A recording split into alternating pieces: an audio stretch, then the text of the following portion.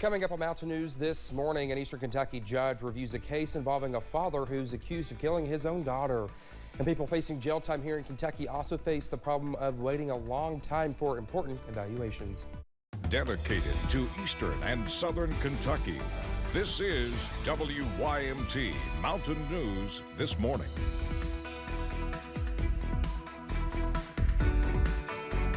Good morning to you. It is 5:33 on this Thursday morning. I'm Dakota Makris. Good morning to you. Hope you're bundled up this morning because it is certainly a cold one out there.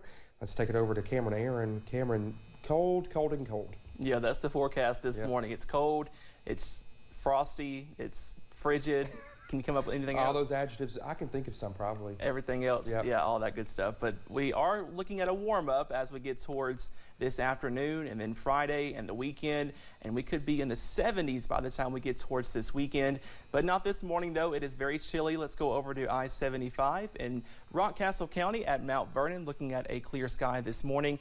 And all of us waking up clear on satellite and radar. We are looking at a clean sweep on radar this morning. The big story, the very cold temperatures, 28 in London, 26 in Manchester, 29 in Harlan, and 25 for Clintwood and Jonesville. So like Dakota mentioned, be sure to bundle up, take the jacket, get the coffee, get something warm because it is very chilly out there.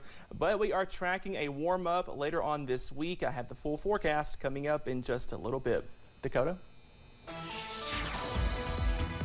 We have some breaking news this morning coming in from Floyd County. Fire crews are currently responding to a structure fire at Fat Boys Grill and Tavern on Kentucky 1428 in the city of Martin. Now, crews ask everyone to avoid the Main Street area as they work to put it out.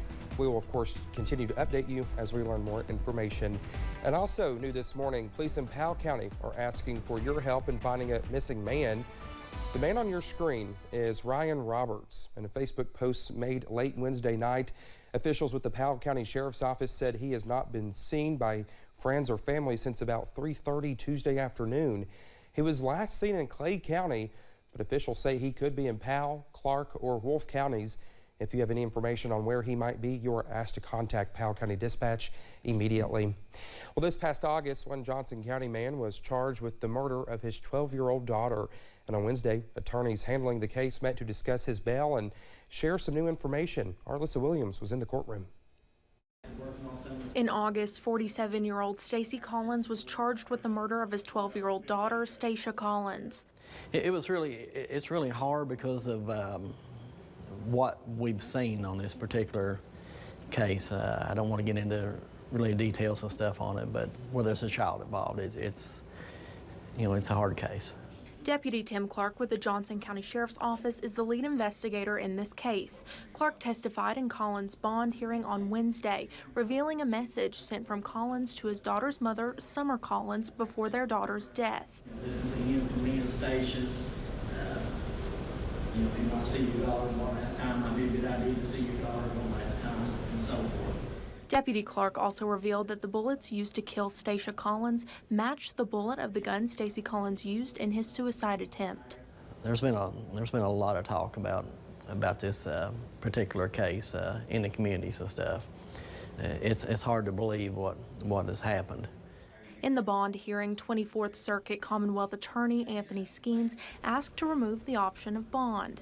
Bail should not have been set for Mr. Collins, and that when it was set way too low based upon the facts of this case that the court was not advised of. While Collins' defense attorney Neil Borders disagrees. We're hoping that it stays as it is, but he's not been able to post the bond that's already set, so it was our opinion that even if the judge does raise it, it's a moot issue because the bond's already secured him. Staying up to date on a case that is rattling the mountains. In Johnson County, Alyssa Williams, WYMT Mountain News. The bail for Stacey Collins is still being reviewed by a judge. Skeens says there will be a pre-trial conference at the beginning of December. A Laurel County man who killed his girlfriend learned his sentence on Wednesday. Jeffrey Taylor is facing up to 30 years in prison. Just last week, a jury found him guilty of killing Shannon Von Saylor. Investigators say he attacked her with a rock. The jury recommended he serve 25 years for the murder and 5 years for evidence tampering. A grand jury indicted a Whitley County murder suspect 48-year-old Martin Canada is accused of shooting and killing 31-year-old Kyle Chadwell. State troopers say the two were fighting last month at a home on Patrick Hollow Road in Williamsburg. Canada was indicted on a murder charge. And deputies in Bell County say Middlesboro man tried to hit one of their cruisers during a chase. It started on Highway 25E near the Pineville water treatment plant.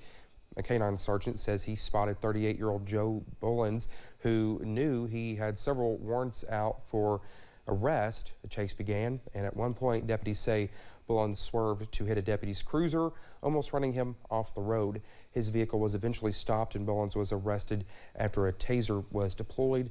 He was taken to the Bell County Detention Center and is facing numerous charges. Many people in jail are waiting for more than a year for a competency evaluation. The evaluation is needed before the cases can move forward. The wait is so long, many of those behind bars are spending more time in jail than they would have served if convicted. Valerie Church is the directing attorney of the North Trial Office of the Kentucky Department of Public Advocacy. She says about 10 to 15 of her clients facing felony charges are awaiting competency evaluations, delaying cases and causing court proceedings to stop dead in their tracks. I have people waiting on it who are charged with just a D felony, something nonviolent. And then I have people that are charged with murder that are waiting, and they're all on the same list, and they're all waiting to go to the same place to be evaluated. A competency evaluation can be ordered by a judge or the prosecution or defense and can be done as early as the arraignment or later down the line. However, KCPC is the only state-run psychiatric center that conducts these, and it's being based in LaGrange. The state of Kentucky has lost 2 canine officers this year, both shot in the line of duty. On Wednesday, they were both honored at a ceremony outside of the Bell County Courthouse, where 2 plaques were placed on the Kentucky State Monument dedicated to fallen canine officers. Olivia Calfy has that story. Dogs are often referred to as a man's best friend, and the relationship between a canine officer and his handler stretches far beyond. He knew the difference between home life and work life. He worked great, did his job great, but when we went home, he would roll around on the floor with my 3-year-old granddaughter. Spending day and night by each other's side, and always ready to protect, putting their life on the line to keep others safe. Unfortunately, for 2 Kentucky canine officers, that meant losing their own. When I'd take him out to work, I'd throw the vest on. He knew it was time to go. It was going from a nice dog to, hey, we got to stop bad guys. Both Shank and Newsom say they lost a part of their family this year. There's probably not a day goes by I don't think about him. But, you just get by one day at a time. The 2 fallen canines were honored outside of the Bell County Courthouse, where a Kentucky State Monument stands, dedicated to fallen canine officers. And new plaques were placed to remember Drago and Dash. Having Dash's name on a plaque, it means a lot. And from now on, they will forever be honored and remembered, because canines are more than just a dog. They are partners, officers, and family. In Bell County, Olivia Calfy, WYMT Mountain News. The Canine Memorial was first dedicated on September 28, 2009 as a continuing historical record of all Kentucky canine officers who sacrificed their life in the line of duty. Drago and Dash were the 9th and 10th dogs added to that memorial. Well, just ahead this morning, a famous actor from one of the world's favorite magical franchises opens up about his struggles with addiction in a new book. And we stay dry to close out the work week, but we are tracking rain chances early next week. I got those details coming up.